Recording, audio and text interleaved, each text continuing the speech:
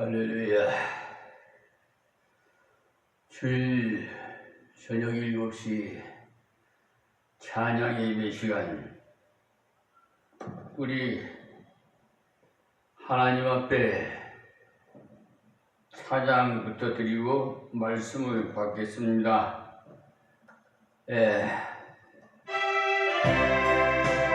545장 하늘 밝은 길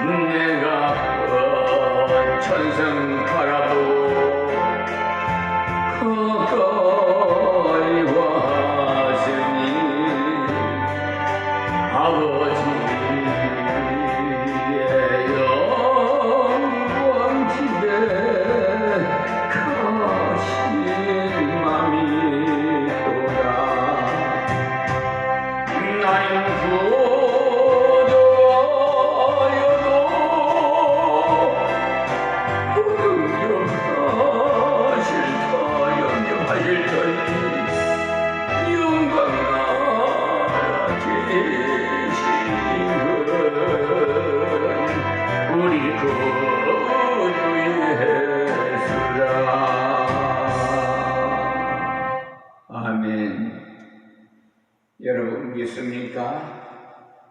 우리 천국에서 다 만났으면 좋겠습니다. 자, 오늘 주일 저녁 말씀도 마태복음 강해 설교로 긴 시간이 이어서 말씀을 드리겠습니다. 마태복음 24장에 나타난 진리를 요약해서 다시 한번 리바이벌 해드리겠습니다. 심판과 말세에 관한 교훈을 주시는 두렵게 하기 위한 것이 아니고 담대히 준비하게 하기 위함이라고 말씀드렸습니다. 그리고 말씀을 깨달을수록 담대히 그날을 기다려야 합니다. 언제 오실지 모르니까요. 오직 우리 아버지 하나님만 아세요. 예수님도 모르신다고 그랬어요.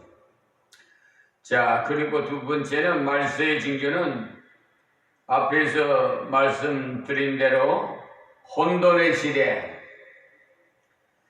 진리의 혼돈만 있는 것이 아니라 모든 것에 혼돈이 일어난다, 이 사실입니다. 여러분도 아시다시피 우리나라에 6개월 동안 혼란스러웠습니다. 이제 하나님께서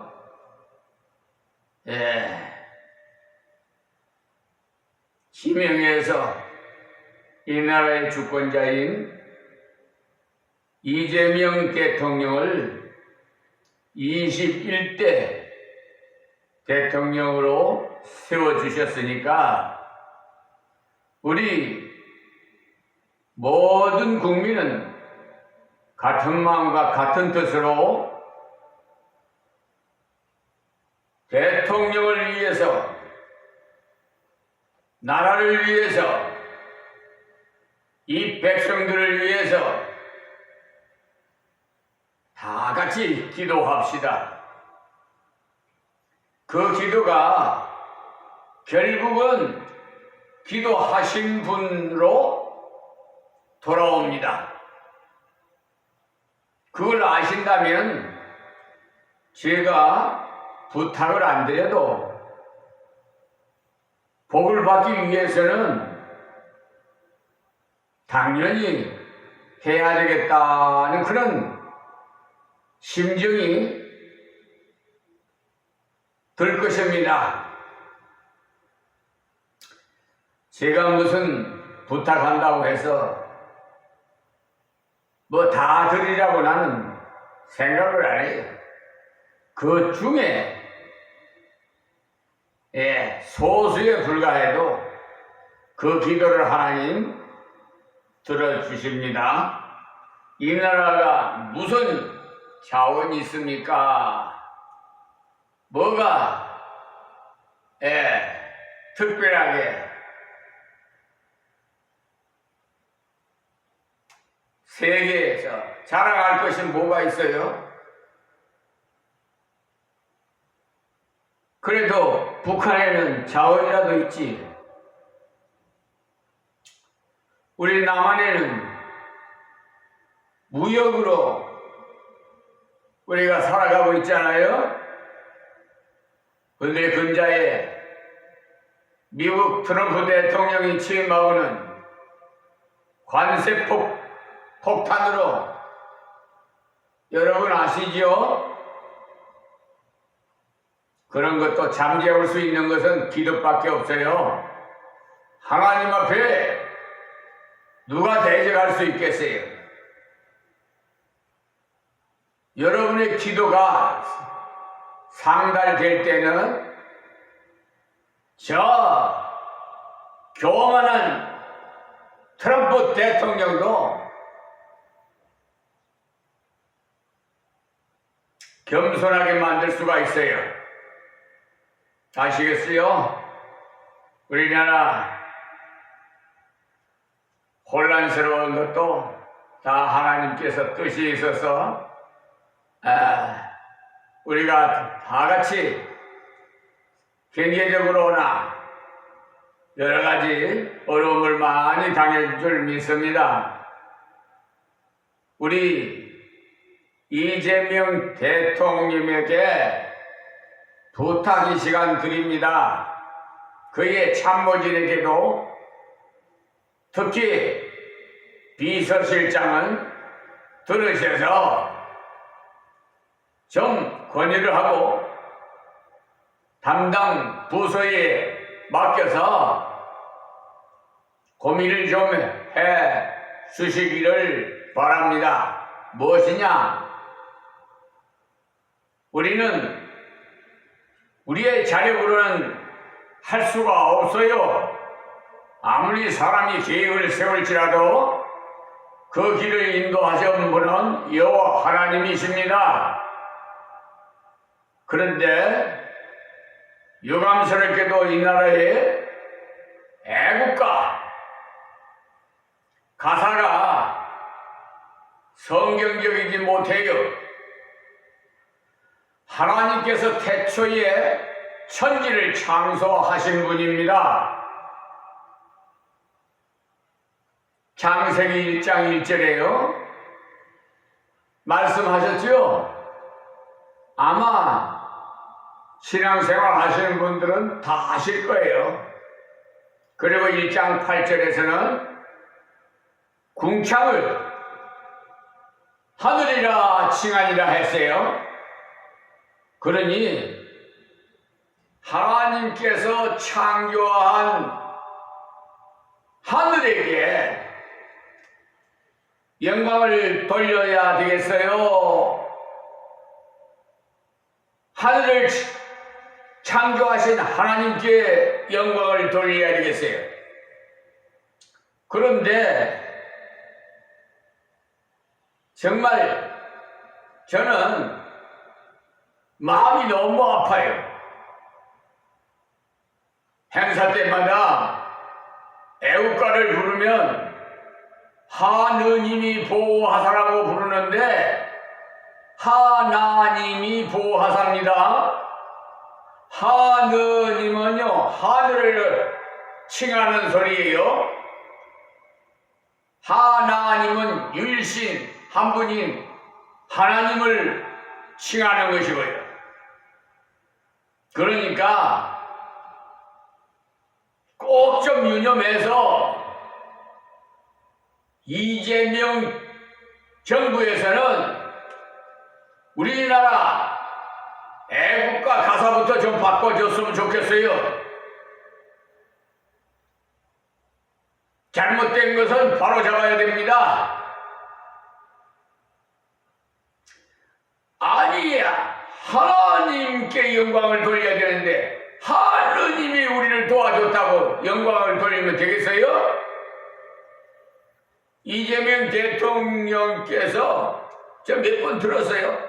하느님이 도와주셨다고 겸령 선포해가지고 국회를 장악하고 해산시켰으면 끔찍한 사건들이 발생했는데 그것을 막아주신 분이 하나님이십니다. 여러분 국민이 막았다고 말씀하시는데 근본적인 것은 그러는 바로 하나님께서 국민의 마음을 움직여서 탱크를 막은 거예요. 좀 바로 알고 우리 하나님께 영광을 돌리면 이 나라가 더욱 부강한 나라로 하나님께서 발전할 수 있도록 은혜를 베풀어 주실 줄 저는 확실히 믿습니다. 아멘. 자, 그러니까 24절 이 나타난 진리에 대해서 말씀을 드리다가 드렸는데 하나님께 먼저 영광을 돌려야 돼. 감사하고. 아시겠죠? 두 번째는 말세의 징조는 앞에서 말씀드린 대로 혼돈의 시대가 온다. 우리나라뿐만 아니라 세계 각지에 혼돈의 혼란한 시대가 겪고 있어요. 저 빈민국에는 더욱 그렇고요. 저 우크라이나나 러시아의 전쟁은 불씨가 꺼지지 않고 트럼프 대통령 취임하면 당장 전쟁을 막는다고 해놓고 그런 막말, 교만은 안 하는 것이 좋아요. 그렇죠? 교만은 패망의 선봉이에요.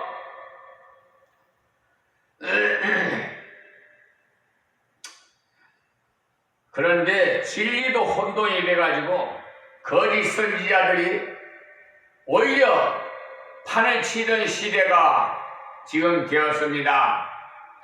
한국교회에 WCC 총회가 부산에서 열린 것 아시죠? 인터넷에 여러분이 들어가서 WCC의 정체가 무슨 정체인지 좀 바로 좀 알고 거기에 가입한 목사랄까 또는 교단이랄까 그것을 좀 아시고는 그 교단에 소속된 교회에 다니지 마시고 성경적인 교단, 하나님께서 기뻐하시는 진리의 교단 소속 교회로 다니셔서 하나님 앞에 섰을 때 여러분 칭찬받는 우리 모두가 됩시다. 저는 그것이 원이기 때문에 여러분들을 바르게 인도하고자 말씀을 서두에 드립니다.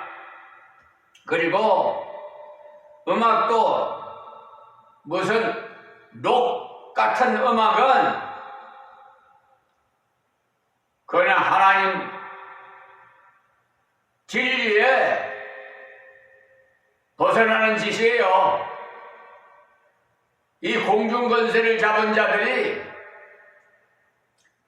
원래 하나님을 보필했던 루시퍼 천사장이 지금 말하면 대통령 비서실장이나 됐던 그런 분이 자기가 하나님 되겠다고 그것을 벌써 하나님은 금방 알아차려 우리의 생각과 우리 마음속을 투명하게 아십니다. 천사도 다 알아요. 천사도. 그래서 너는 공중권세나 잡아라 하고 하나님께서 퇴출시켜버렸어요. 그래서 이 세상은 공중권세가 왕 노릇해요. 그래서 마귀 사탄에게, 마귀는 이간자고 사탄은 대적자예요. 뜻이 있어요. 거짓말은 귀신이 애비야. 귀신의 애비가 누구죠? 마귀 사탄이죠. 거기에 미혹된 자들이 입만 벌리면 거짓말했어요. 여러분 유튜브 방송에 동영상에도 보면은 그냥 거짓말로, 심지어 원로 목사라는 분들도 저는 마음이 너무 아파서 더 이상 그분들의 호명을 말씀 안 드리겠습니다. 사람 많이 끄는 곳에 위험이 있는 줄 아세요?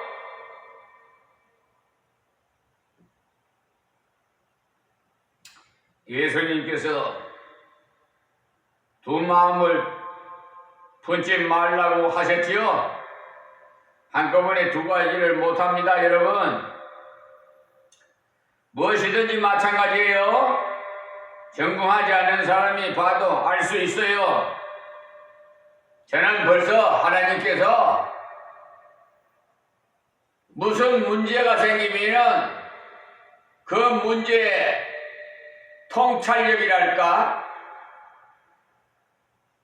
그게 움직이는 사건의 시뮬레이션이 쫙 펼쳐져요.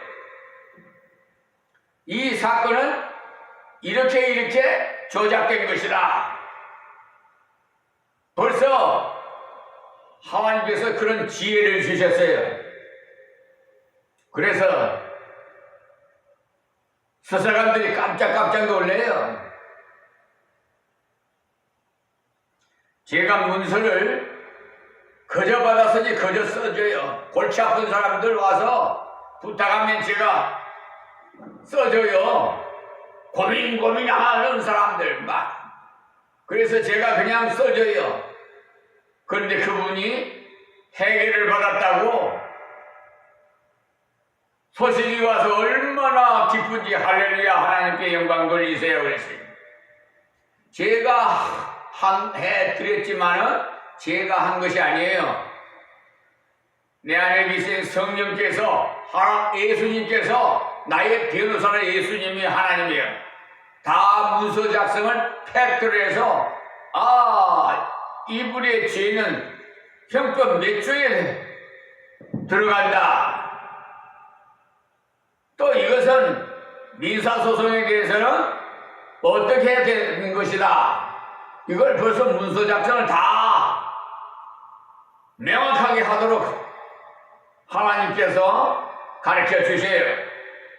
그러니까 여러분 답답하게 혼자서 끙끙 앓지 마시고 저한테 부담 느끼지 마시고 연락해 주시면 저는 모르면 모른다고 합니다. 모르는 것도 아니치 않은 사람들은 그거는 교만한 자들. 저는 모르면 모른다고 하고 아는 범위 내에서 여러분들에게 최대한으로 협조해 드릴 테니까 어렵게 생각지 마시고 연락 주시면은 하나님으로부터 그저 받은 거 그저 해드리겠습니다. 자, 어떤 사람은 돈이라고 이렇게 모아두는데 무슨 소용이 있겠어요? 학문도 뱅뱅 돌다가 결론이 없는 것이 많아요. 결국은 내 마음대로 생각하라는 것인지 모르겠어요. 자유방임이 가장 좋은 것인 줄로 여기는 자들, 휴머니즘에 젖었다는 작품을 읽어보면요, 비정상적인 연애, 잘못된 예전 행각만 작품으로 만들어 놓고는 아름답다고들 하니까 거꾸로 가고 있는 겁니다. 그런 것이 말세가 올수록 점점 더 심해진다는 거예요. 때문에 그리스도인들은 규모 있게 살기 위해서 자기를 쳐서 복종시켜야 돼요. 질서 있는 생활을 해야 되겠는데 바쁘다는 핑계로 해야 할 것은 안 하는 경향이 많아요. 공부는 왜 합니까? 올바른 노동을 하기 위해서 배우는 거예요. 마지막에 가까울수록 그리스도로서 그리스도인들은 규모 있게 살아야 돼요. 데살로니가 전후서가 말세로서 그리스도의 재림론이 데살로니가 전서를 받은 이들 중에 오해해가지고 말세가 갖고 왔으니까 세상 일은 필요 없다. 지금 있는 거 가지고도 예수님 오실 때까지 실컷 살겠으니까 세상 일은 그만두고 영적인 일만 하자는 사람들이 있었기 때문에 바울 사도가 일하기 싫거든 먹지도 말라, 일만 만드는 자들이 있도다라고 책망하시면서 규모 있게 살 것을 교훈해 주셨어요. 그리스도인들이 규모 있게 사는 것은 세상과 구별되게 사는 가장 좋은 표식입니다. 그래서 공부하느라 피곤한 자녀라도 제 할 일은 자기가 하도록 해줘야 돼요. 자녀들에게 공부해라 그래봤자 스트레스만 쌓여요. 자발적으로 스스로 그런 것도 할 수 있도록 환경을 만들어 주시면 됩니다. 그래야 책임감이 생겨요. 그 대신에 주일날은 예배에 빠뜨리면 안 돼요. 예배도 드리고 또 충분히 수면을 취하도록 하시기 바랍니다. 이 잠이 보약이라는 말도 있잖아요. 잠을 못 자면 정신이 그냥 이상해져요. 멀쩡한 사람들, 정신질환 환자 아니라도 건강한 사람이라도 며칠 밤 잠 안 자봐요. 그래서 고물 시킬 때 잠 안 자고 그러잖아요. 바른 말 하라고. 공부에도 해방되도록 보살펴 줘야 돼요. 주일날은 공부하라는 말 하지 마세요. 기계도 쉬어야 되는데 인간의 몸은 주기적으로 쉬어가면서 일하도록 되어 있습니다. 그래서 우리가 고속도로를 차를 몰고 갈 때도 그 자동차가 말을 못해서 그렇지 얼마나 고통스러운 줄 알겠어요?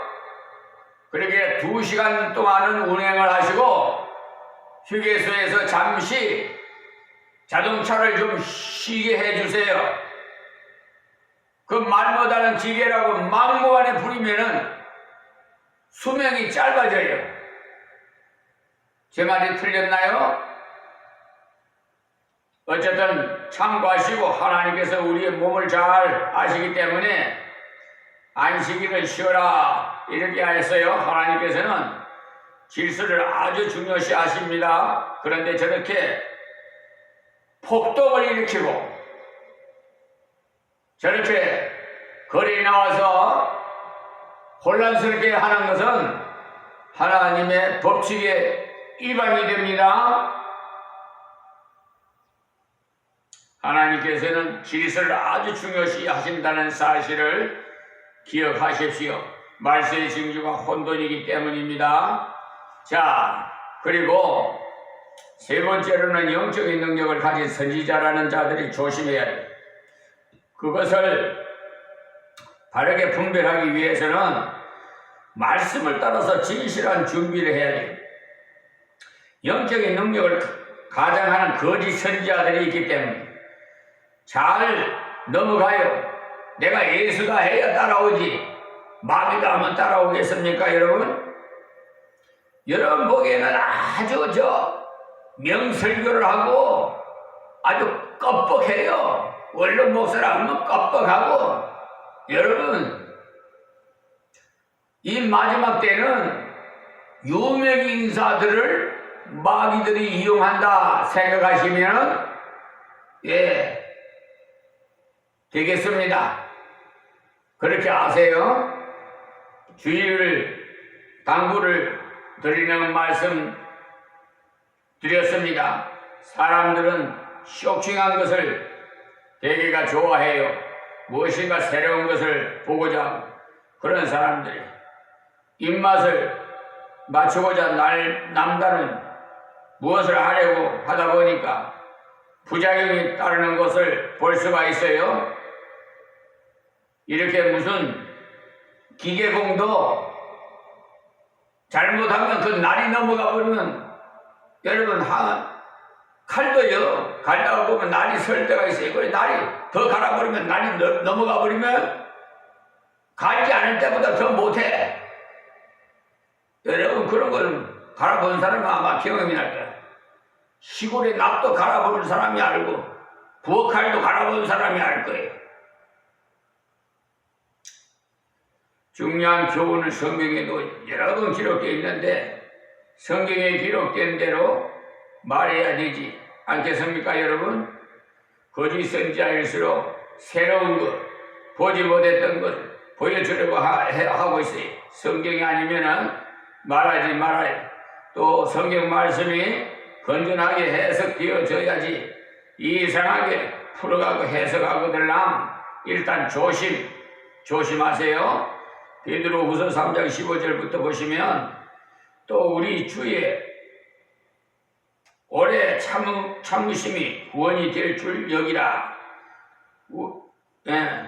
우리 사랑하는 형제 바울도 그 받은 지혜대로 너희에게 이같이 썼고 또 그 모든 편지에도 이런 일, 그러니까 말세에 관한 일을 말합니다. 이런 일에 관해서 말하였으되 그 중에 알기 어려운 것이 들어 있으니 무식한 자들과 굳세지 못한 자들이 다른 성경과 같이 그것을 억지로 풀다가 스스로 멸망에 이르느니라 이렇게 말씀하셨어요. 제가 칼을 잘못 갈면 넘어지듯이 그래서 말씀을 가감하지 말고, 저희 주보에다가도 올려놨어요. 말씀을 가감하지 말며 신명기 4장 2절과 12장 32절에 기록되어 있어요. 말씀을 또 사사로이 풀지 말며라고 베드로후서 1장 20절에 말씀하고, 기록된 말씀 밖으로 넘어가지 말라고 고린도전서 4장 6절에 말씀했으니까 여러분 주의를 요합니다. 또 네 번째로는 주님 오실 때를 기다리기만 할 것이 아니라 규모 있게 살면서 맡은 일을 잘 감당해 나가야 합니다. 내가 맡은 직분, 내가 가진 직업에 최선을 다해야 돼요. 주부들은 가정을 잘 돌보는 일이 얼마나 가치 있고 중요한가를 알아야 됩니다. 그런데 흔히 집안일은 시시하고 따분하다고, 자녀를 잘 키우는 것은 위대한 사람을 키워내는 것입니다, 여러분. 그러니까 현재 내게 주신 일을 잘 감당하려고 할 것입니다. 맡겨주시지도 않은 것을 바라보면서 허욕을 부리던 이것은 저것도 안 됩니다. 마태복음 24장을 통해서 말씀드렸으니까 말세의 성도라고 해서 야단스럽게 예수 믿으라고 하지 마시고 자연스럽게 신앙생활 하시기 바랍니다. 그런데 지금 얼마나 야단스러워졌는지. 그런데 또 한편으로는 이 거짓 선지자들, 또 성추행, 또 하나님 돈을 횡령하는 것, 하여튼 이방인들이 그러니까 얼굴을 찌푸릴 행동들을 해가지고 교회를 떠나는 현상이 되고 있어요. 왜 본이 안 되는지 모르겠어요. 돈만 잡고 헌금만 요구하고 싹금 먹자 같이. 하나님이 돈이 뭔 필요하세요? 하나님 몸된 교회 운영하는데 쓰고 나머지 다 이웃에다가 사회에다가 환원해야 돼요. 기부금 영수증도 발부하지 마시고 가이사의 거는 가이사에게, 하나님 것은 하나님께 드리고요. 온전한 예물을 드리세요. 기부금 영수증 받아가지고 세금 공제 받으면 그거는 헌금, 하나님 앞에 드리는 온전한 헌금이 못 됩니다. 마태복음 24장을 통해서 우리가 말씀을 제대로 받은 사람들은 좀 달라질 것 같습니다. 그런데 지금도 얼마나 좀 성경적이지 못한 사람들이 많아서